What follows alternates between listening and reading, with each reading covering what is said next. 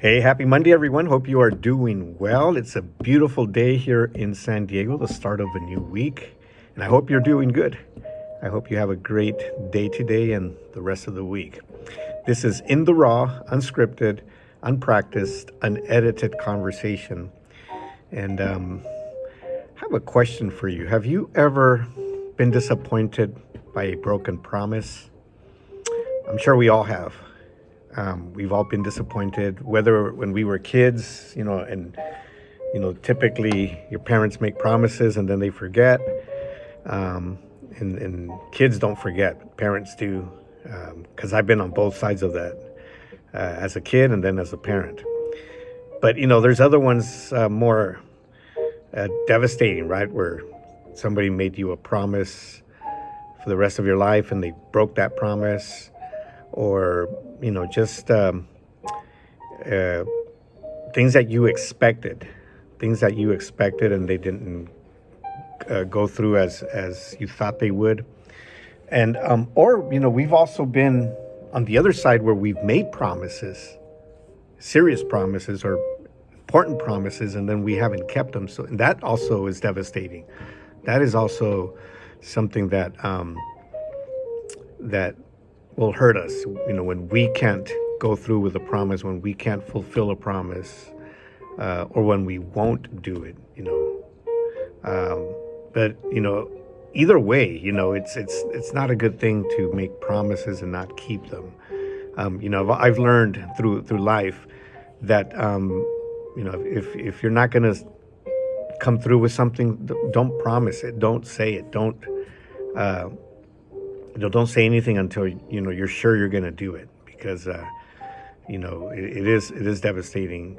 It is a bad image for you as well. And then once you promise something, go through with it.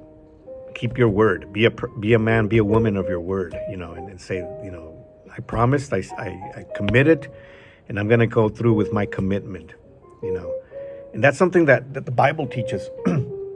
It says in Ecclesiastes, when you make a promise to God, don't delay following through. In other words, don't take your time in following through.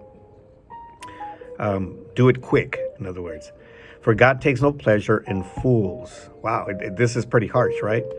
We are seen or looked upon as fools when we don't come through with the promise. And when somebody promises something to us and we're expecting that and they don't come through, then we see them as fools as well. We see them as foolish. And then it keeps saying, it goes on to say, keep all the promises you make to him. And then this last part here is something that is so important. And I just made reference to it earlier. It says, it is better to say nothing than to make a promise and not keep it. And so this is a good piece of advice. Don't make a promise. Here it's talking, of course, don't make a promise to God. But, and it is so true, sometimes we talk to God, and those of us that practice that, and have conversations with God, and we say, I promise this, I promise that, I will commit to this, I will commit to that. And then we don't follow through. And then, it's better to say nothing than to make a promise and not keep it. But it's also true in our relationships with anybody else, It's better to say nothing. Sometimes less is better. Less is more, right? Saying less, is better than not saying, than saying something then not coming through with it, not being committed to it. So, we need to be more assertive with that. And I'm talking in general, because I see that a lot. I see people, whatever their motivation is, they want to cause a good impression. They want to be, on your good side, whatever. And they say things and then they forget, whatever, and they don't come through with those promises or commitments. So it's better not to make a commitment. It's better not to make a promise. It's better not to say anything. And then I always say this: it's better to under promise and over deliver than over promise and under deliver. So that's important.